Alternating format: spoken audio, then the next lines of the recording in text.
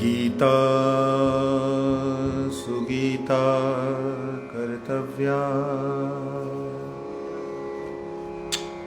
किमन्यशास्त्रविस्तरै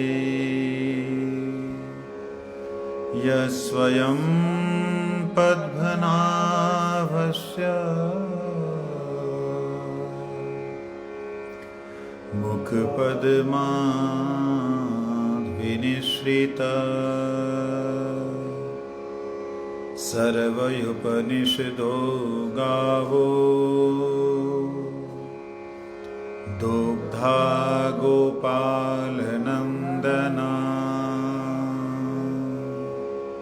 पार्थो वत्ससुधीर्भोक्ता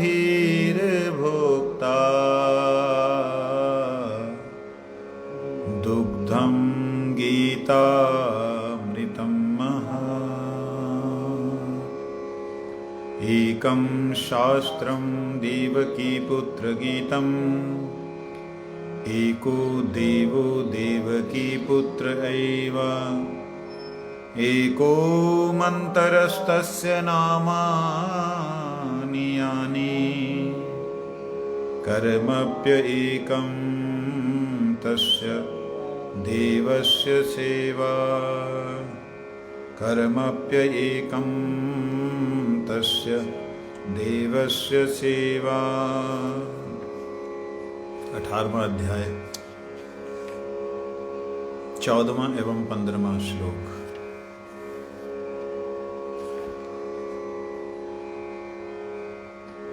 अधिष्ठानम तथा कर्ता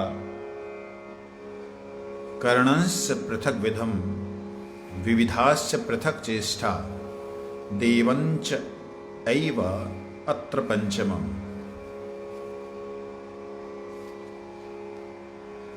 कल हम लोगों ने 13 और 14 नंबर श्लोकों का पाठ किया था। इसके बाद में 14वें श्लोक को हमने पूरी तरह चिंतन नहीं किया। आज थोड़ा 14वें श्लोक का विस्तार करेंगे।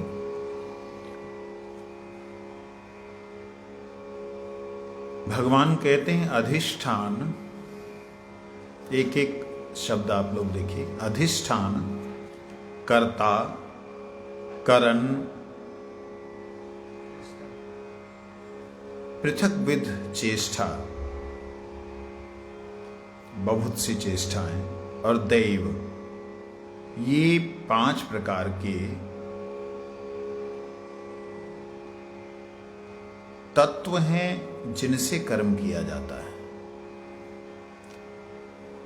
इन 5 के कारण के बिना, इन 5 के बिना कोई भी कर्म नहीं होता।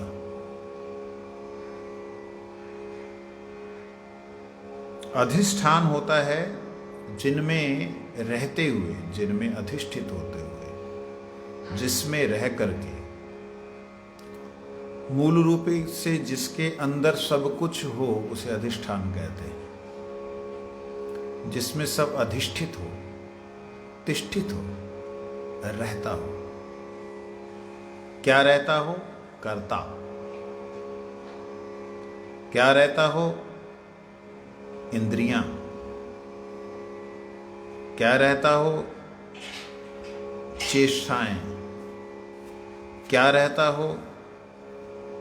दैव, भाग्य।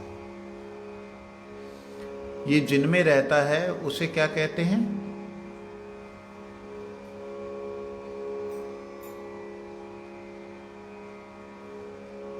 अधिष्ठान। अधिष्ठान कहते हैं जिनको अधीन करके,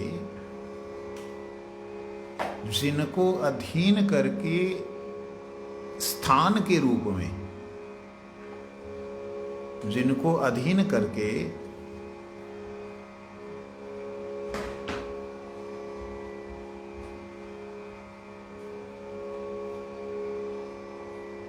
এখন সময় তুমি এইগুলা কাজ করে শেষ করবে।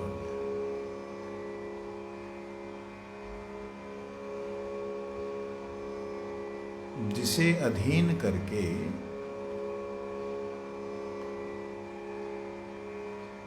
सब चीजें स्थित हों, उसे कहते हैं अधिष्ठान। अधिष्ठान का मतलब शरीर।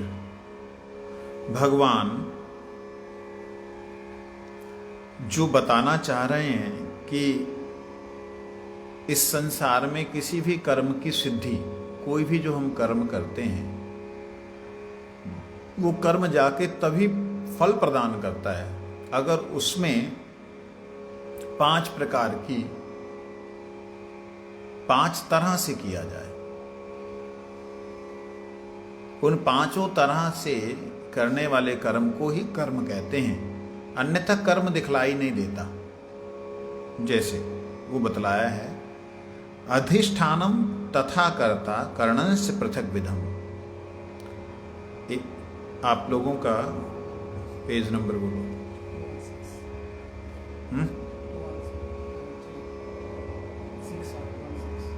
216 216।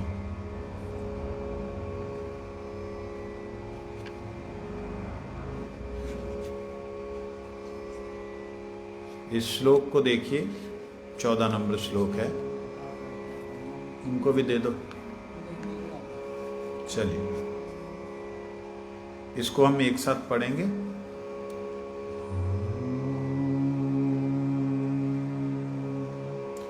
अधिष्ठानं तथा कर्ता करणश्च पृथग्विधम् विविधाश्च पृथक् चेष्टा देवं चैवमत्र पंचमम्।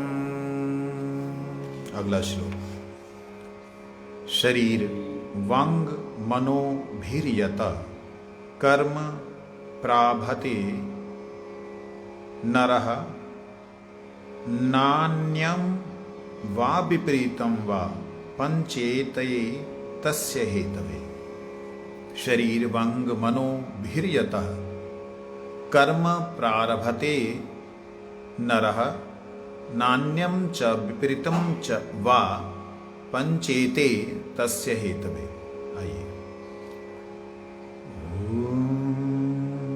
शरीर वांग मनोभिर्यत कर्म प्रारभते नरः नान्यं वा विपरीतं वा पंचेते तस्य हेतवः। शरीर वांग मनोभिर्यत कर्म प्रारभते नरः नान्यं वा विपरीतं वा पंचेते तस्य हेतवे। 14वें श्लोक को देखिए। इसमें शब्द आया है अधिष्ठान, फिर आया है कर्ता, फिर आया है करण, फिर आया विविध प्रकार की चेष्टाएं, फिर आया है दैव। ये 5 प्रकार से हम कर्म करते हैं। एक एक शब्द के ऊपर ध्यान देंगे तब मालूम पड़ेगा भगवान क्या कहना चाहते हैं हमको। शॉर्टकट में कल को हम पुजारी जी से श्रवण कर रहे थे, रात को मैंने एक प्रश्न किया कि भागवत जी का तो जो कुछ भी देखा जाए उसमें तो पहले से ही सारे पुराणों में है, और भागवत जी में तो बड़ा संक्षिप्त रूप से है, चाहे ध्रुव चरित्र, प्रहलाद चरित्र, कोई भी चरित्र है बड़े संक्षिप्त रूप से है, बाकी जगह तो और विस्तृत है, तो भागवत की क्या जरूरत थी। ये प्रश्न कल किया था, तो उन्होंने बड़ी सुंदर बात कही जो कि गुरुजी ने कही थी। सारम सारम, ये सारे का सारा जो वेद पुराण उपनिषदें वेदांत, इन सब का जो सार था वो उठा करके उन्होंने एकत्रित करके एक जगह रखा, उसका नाम हुआ भागवत। क्यों सार सार था? बाकी जगह क्या सार नहीं था? बाकी जगह कई चीजें असार थी क्या? कोई फालतू की चीजें थी? फालतू की बातें की हुई थी अन्य शास्त्रों में? कहते नहीं, ऐसा नहीं था। वहां का लक्ष्य कुछ और था। जैसे किसी किसी शास्त्र में स्वर्ग को ही प्रमुख रख के कृष्ण लीला का वर्णन है, कहीं कहीं मोक्ष को प्रमुख रख के राम जी की या कृष्ण की लीला का वर्णन है। कृष्ण को अवतार माना गया, जहां राम जी को एक विष्णु का अवतार माना गया। परंतु श्रीमद् भागवत जी में गहराई से जब ढूंढा जाए तो सार सार जो सभी शास्त्रों में कहीं कहीं कोई कोई हिंट दिया है, खुद वेद व्यास जी ने लिखा है, इसलिए उन्होंने उसका रेफरेंस ना देते हुए फलाने ऋषि की फलाने से बात हुई, फलाने के फलाने से, विदुर की मैत्रेय से, सुखदेव की जो है परीक्षित जी से, सूत गोस्वामी की शौनक आदि ऋषियों से, ऐसे ऐसे प्रसंगों को उन्होंने उठाया जिससे कि अन्य अन्य पुराणों का लिंक मिलता है। तो इतना सब कुछ जो उन्होंने किया वो किस लिए कहा? शॉर्टकट में। किस लिए किया? शॉर्टकट। हम सब क्या चाहते हैं? शॉर्टकट। हम नहीं चाहते हैं कि महाराज जी जो है 3-3 घंटे भाषण दें और हम लोग वहां सो जाएं जाके। हम चाहते हैं कि हाँ भाई महाराज बस 10 मिनट 10 दिन की 10 न है। सबसे ज्यादा हम लोग इस वक्त कम वक्त हो गए हैं, सबसे ज्यादा बड़े कम वक्त होते हैं। मतलब इतना वक्त कम है, इतना वक्त कम है कि वास्तविकता में कम वक्त है। ऐसी हालत है हम सबकी। तो ऐसी स्थिति में वेद व्यास जी ने कहा आने वाले कलयुगी जीवों के लिए कुछ तो उपाय करना ही पड़ेगा। तो उन्होंने उपाय किया। भागवत जी सभी शास्त्रों का, वेदों का उन्होंने सार सार खत्म करके दे दिया। बहाना बनाया परीक्षित का। सुखदेव जी ने उसे कहा, ये सारी लीलाओं को हम जानते हैं। तो यूं ही भगवान ने भी ऐसा ही किया। सर्व उपनिषदो गावो एक साथ दुग्धा गोपाल नंदना पार्थो वत्स सुधीर भोक्ता दुग्धं गीतामृतं महा। सारी उपनिषदें, उपनिषद का अर्थ क्या होता है? उप का अर्थ होता है नजदीक। उप का अर्थ नजदीक, निकट। निषद मतलब बैठना, बैठना, नजदीक बैठना। किसके नजदीक बैठना? ज्ञानम ते गुह्यम परमम, जो परम गुह्य ज्ञान है, जिसको ढूंढा नहीं जा सके, उसे गुह्य कहते हैं, छुपा हुआ। उस ज्ञान के नजदीक बैठना। कैसे बैठेंगे? जब वो छुपा ही हुआ है तो हम बैठेंगे कैसे? कहते कहां छुपा है? वो छुपा है साधु के हृदय में। साधु कौन? भगवान को प्रिय, जहां भगवान को प्रिय अथवा भगवान को प्यार करने वाला, दोनों ही साधु।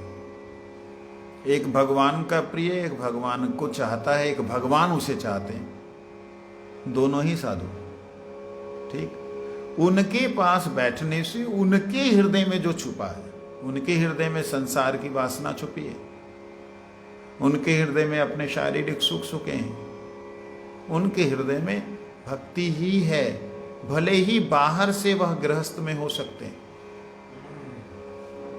भले ही बाहर से वह कपड़े ना पहन सकते हैं, भले ही बाहर से बड़ी ठाठ में रह सकते हैं, बड़े राजाओं की तरह रह सकते हैं, बड़े विलासी हो सकते हैं दिखने में। जनक महाराज, अम्बरीश महाराज, राजा चित्रकेतु, 1 लाख पत्नियां, 1 लाख पत्नियां, दिखने में विलासी हो सकते हैं राजा प्रताप रुद्र, लेकिन हृदय में क्या है उनके, भगवान वह देखते हैं। अब हृदय में क्या है हमें क्या पता लगेगा, हमें तो बढ़िया बढ़िया कथा बोलने वाला ही साधु लगेगा, लाल कपड़े वाल पहनने वाला ही साधु लगेगा। साधु है सद्वृत्ति जो ऊर्ध्वगामी हो जाए, सद्वृत्ति अच्छी वृत्ति जो ऊर्ध्वगामी हो जाए वो साधु है। सद्वृत्ति अगर निम्नगामी हो, निम्नगामी सद्वृत्ति हो ही नहीं सकती, लेकिन हाँ सद्वृत्ति अगर निम्नगामी मतलब वृत्ति तो सद है भगवान की कथा कीर्तन, लेकिन निम्नगामी है लोगों को आकर्षित करके अपनी सेवा करवाने के लिए, तो वह साधुता नहीं है। तो ऐसे साधुओं के हृदय में जो ज्ञान है उस ज्ञान का अखंड भंडार है। अभी हमारे इस संसार में 116 लगभग उपनिषदें सुनने में आती हैं, वैसे 108 उपनिषदें मुख्य रूप से थीं। अब उन उपनिषदों का जो विस्तार है वही वेदों का विस्तार उपनिषदें हैं। कहते हैं वेदों का मुखारविंद जो है वो उपनिषद है। उपनिषद का अर्थ मैंने बतलाया, नजदीक बैठना, ऋषियों के, ज्ञानियों के, भगवान के नजदीक बैठना। तो कहते उन सारी उपनिषदों को हम पढ़ सकते हैं क्या? पढ़ना शुरू किया था, सोने लग गए थे आप सब लोग नहीं मजाक कर रहा हूं, सुन रहे थे, लेकिन समझ में आता बड़ा मुश्किल से था। तो भगवान ने क्या किया, श्री कृष्ण ने क्या किया? सर्व उपनिषदो गावो, भगवान तो गोपाल है ना, तो उन्होंने सभी उपनिषदों को गाय की तरह समझा कि मतलब इसमें है बहुत कुछ, लेकिन अमृत दूध है तो दुग्धामृत भगवान ने खुद दोहन किया। दोहन करके इसमें भाई बछड़ा भी तो चाहिए, ये तो भैंस है नहीं कि इंजेक्शन लगाया, भूसा डाला, खाने लग गई और दूध निकाल लिया। जब बछड़ा होगा, जब वो ऐसे मारेगा ठूंग ठूंग करके, तब जाके उसका दूध नीचे उतरेगा। तो भगवान को बछड़ा चाहिए था, तो भगवान को बछड़ा मिला कौन? अर्जुन। अर्जुन मारता है, क्वेश्चन करता है, तो भगवान के जो अमृत रूपी भगवान के थन जो हैं अर्थात उपनिषदें, उनमें से दूध झरने लगता है। तो वो दूध जो है ज्ञान है। ये कहने का मतलब भगवान ही अखंड ज्ञान है, भगवान ही उपनिषदें हैं, भगवान ही गाय है। सब कुछ वो होने पर भी जो लिखने वाले हैं वह भगवान को गोपाल कहते हैं, उपनिषदों को गाय कहते हैं, क्योंकि ऋषियों की है, ऋषियों का ज्ञान है, उन्हें गाय कहते हैं। और पीने वाला सुधीर भोक्ता, धीर होना चाहिए, अधीर नहीं होना चाहिए। अधीर और धीर में क्या अंतर है? अधीर उसे कहते हैं जिसके अंदर धैर्य नहीं, धीर उसे कहते हैं जिसके अंदर धैर्य है। अर्जुन ने ये नहीं कहा कि प्रभु मेरे को अपना रूप दिखा दो, जो भी है मेरे को सीधा सीधा करा दो, मेरे पास टाइम टू है नहीं, मैं ज्यादा छट के चल जाना, या फिर तुझे बस जो कराना, ऐसा नहीं बोला। अर्जुन ने जब प्रश्न किया, भगवान ने अगर विस्तृत उत्तर दिया तो उसको विस्तार से सुना। अब भगवान के सामने जो उसने प्रश्न किया था, क्या किया था प्रश्न? त्याग का और सन्यास के बारे में। त्याग किसे कहते हैं, सन्यासी किसे कहते हैं, प्रभु क्या दोनों में अंतर है? भगवान ने कहा हाँ अंतर है। कैसा अंतर है? उस बात को बतलाते हुए भगवान यहाँ लेके आए हैं खींच के हमें कि 5 प्रकार से जीव कर्म करता है। जो कर्म का त्याग कर दे वो त्यागी कहलाता है, लेकिन वह त्यागी वास्तविकता में त्यागी नहीं है, क्योंकि उसने कर्म का त्याग किया, और कर्म का त्याग कोई नहीं कर सकता जब तक उसके पास शरीर है। सांस लेना बंद कर देगा, कर दिया जी योगी ने, चेष्टा बंद कर दी चेष्टा बंद कर दी। कहते ऐसे योगी मिथ्याचार से उच्चते, कर्मेन्द्रियाणि संयम यास्ते मनसा स्मरण इंद्रियार्थान विमूढ़ात्मा मिथ्याचार से उच्चते। बाह्य इंद्रियाणि संयम भी बोलते हैं, बाह्य इंद्रियाणि संयम, कर्मेन्द्रियाणि संयम यास्ते मनसा स्मरण। जो मन मन में स्मरण करता है कि मुझे ये प्राप्त हो, वो प्राप्त हो, तो वो प्राप्ति के लिए जो चेष्टा करता है वो सारे के सारे मिथ्याचार, मिथ्याचार मतलब आचरण उसका मिथ्या है, झूठा है। तो यहाँ पे हम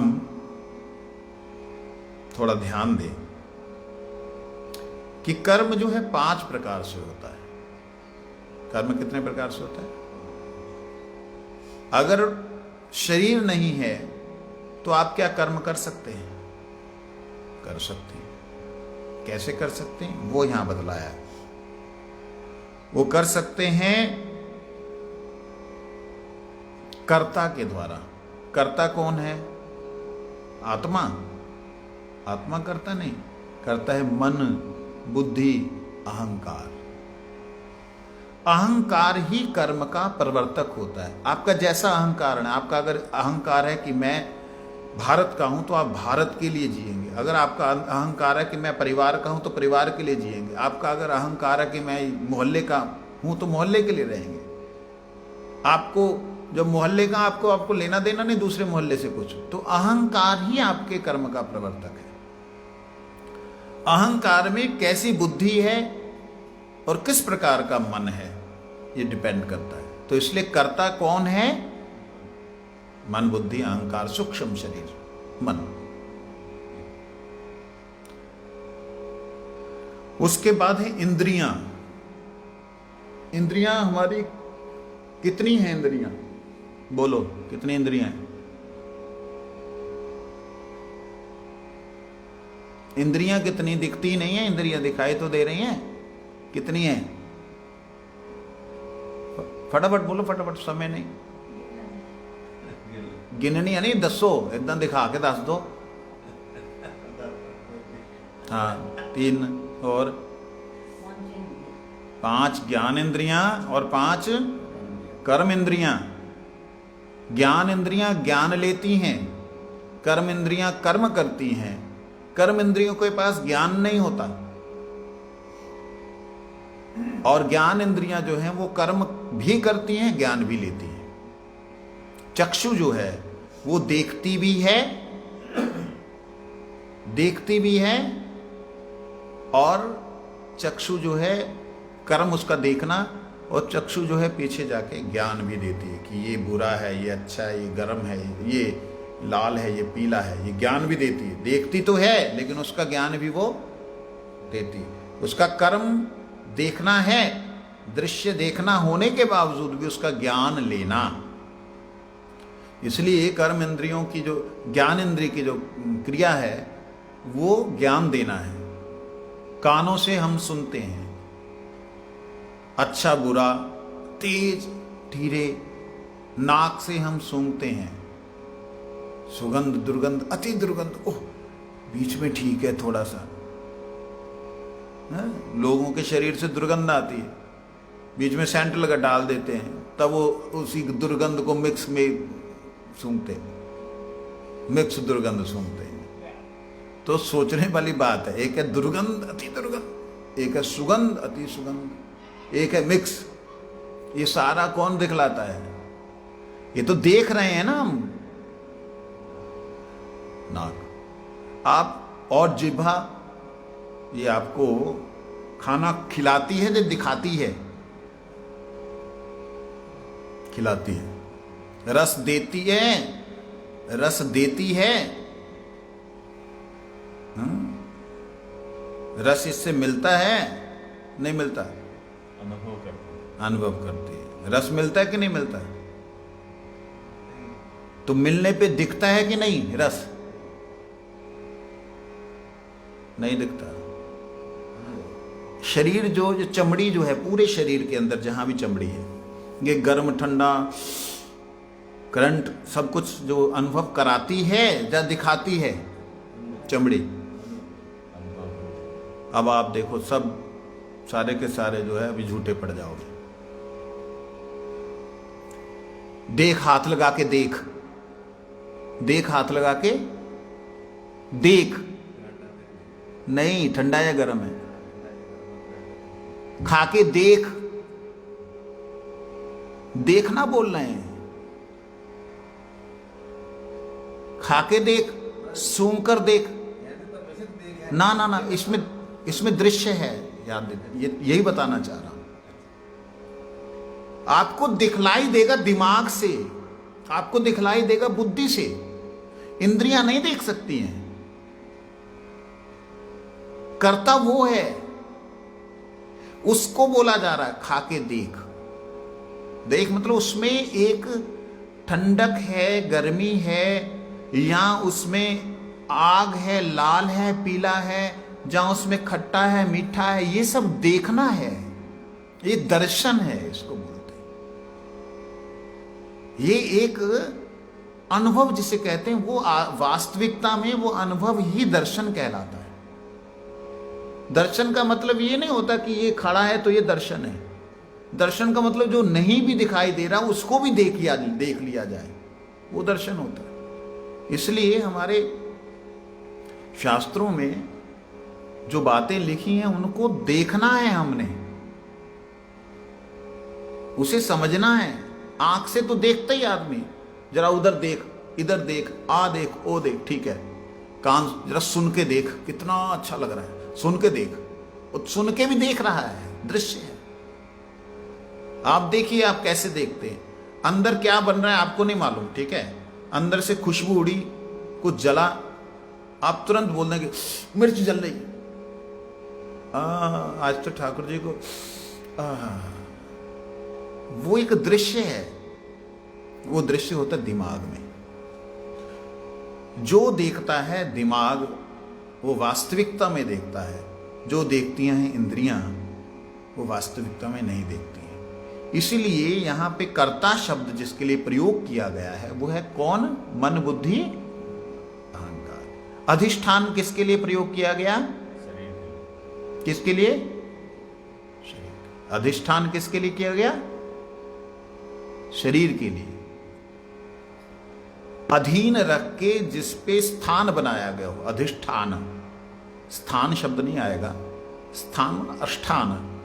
जिस अधिष्ठान अर्थात जिसके ऊपर सारी क्रियाएं होंगी वो अधिष्ठान है। इसके बिना ऊपर के काम नहीं होंगे।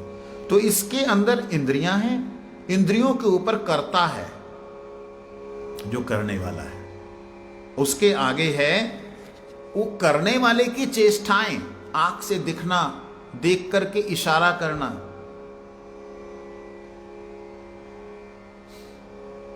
ये आंखों से व्यक्ति किसी से बात भी कर सकता है, किसी की बात सुन भी सकता है, किसी को सुना भी सकता है। ये उंगली से व्यक्ति किसी को उठा सकता है, किसी को बैठा सकता है, किसी को झुका सकता है, किसी को लाठी भी बजवा सकता है सिर पे, उंगली से। वाणी से तो होता ही है सब कुछ, है ना। तो इंद्रियां हमारी कुछ कुछ अपने इशारे ऐसे देती हैं, इससे पता लगता है जो परमेश्वर है उनकी इंद्रियां, एक ही इंद्रियां सारी क्रिया करती हैं। जैसे नाक से इशारा किया कि बड़ी गंदी बदबू,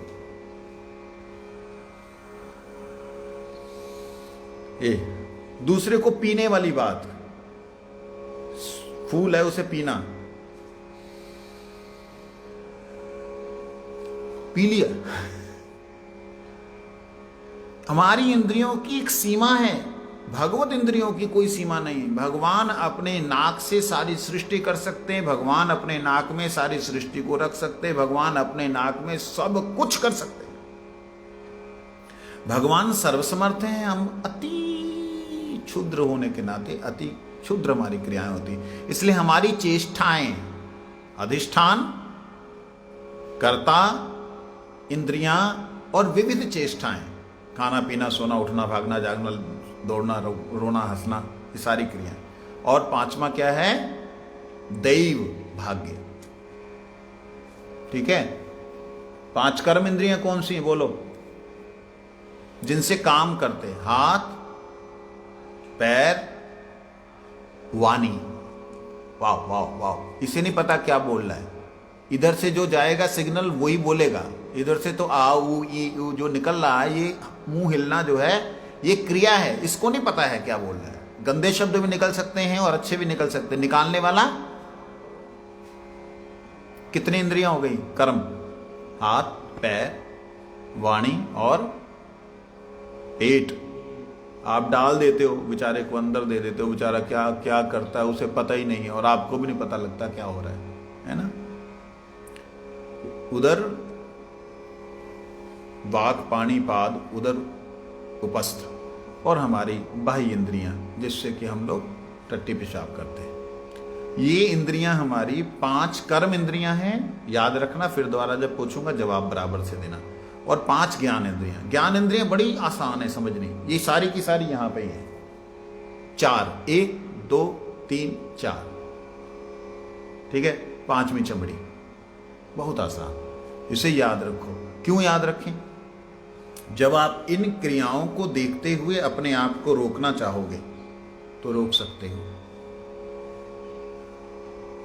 इन शरीर की क्रियाओं को देखते हुए अपने आप को रोकना चाहो, मैं ये चेष्टा नहीं करूंगा, ये मैं गोविंद को समर्पित करता हूं, तो मन के द्वारा जो देखने वाला, जो दिखने वाला, वास्तविकता में वही देखने वाला है, तो उसको हम समझ पाएंगे। ये हैं 5 प्रकार की कर्म जिनके द्वारा होता है, जिनके द्वारा सिद्धि होती है। ये 5 प्रकार के वह कर्म है। कल को हम श्रवण करेंगे आगे। वंशा 4 मिनट आपके आज ज्यादा लिए, क्षमा करें।